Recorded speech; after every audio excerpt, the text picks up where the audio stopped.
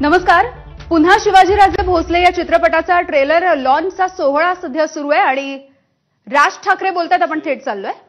शेतकरी आत्महत्याबद्दल यांच्याबद्दलचा विषय हा अशा प्रकारे मांडणं हा एक धाडस आणि वेगळाच विचार आहे। तो वेगळाच विचार करत असतो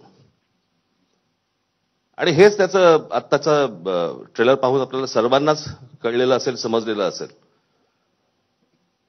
मी दरवेळेला मागे पण म्हटलं होतं की हिंदी चित्रपट सृष्टीमधले यश चोपडा तसे मराठी चित्रपट सृष्टीमधले महेश मांजरेकर एवढं निश्चित आहे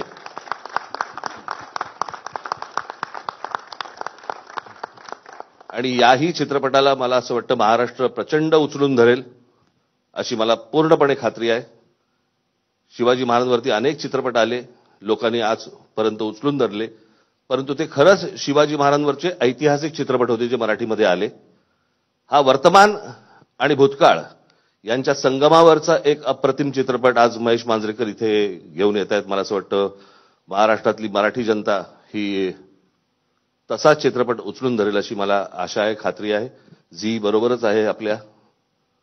तुम्ही काय ब्लॉकबस्टर घ्यायचेच ठरवलेले दिसतायत बरं का? त्याच्यामुळे सर्वांना मी महेश बरोबरच्या आत्ताच व्यासपीठावरती आहेत तेवढेच नव्हे, याच्यामध्ये काम केलेली ही टिंगणी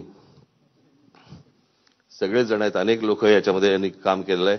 त्या सर्वांना माझ्या मनपूर्वक शुभेच्छा। धन्यवाद।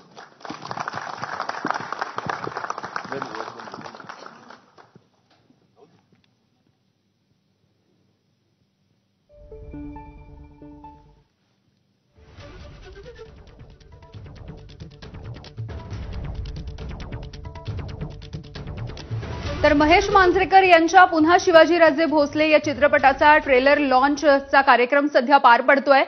लोअर परेल इथल्या पीव्हीआर मध्ये पुन्हा शिवाजीराजे भोसले या चित्रपटाचा ट्रेलर लॉन्च हा कार्यक्रम आयोजित करण्यात आलाय आणि या कार्यक्रमामध्ये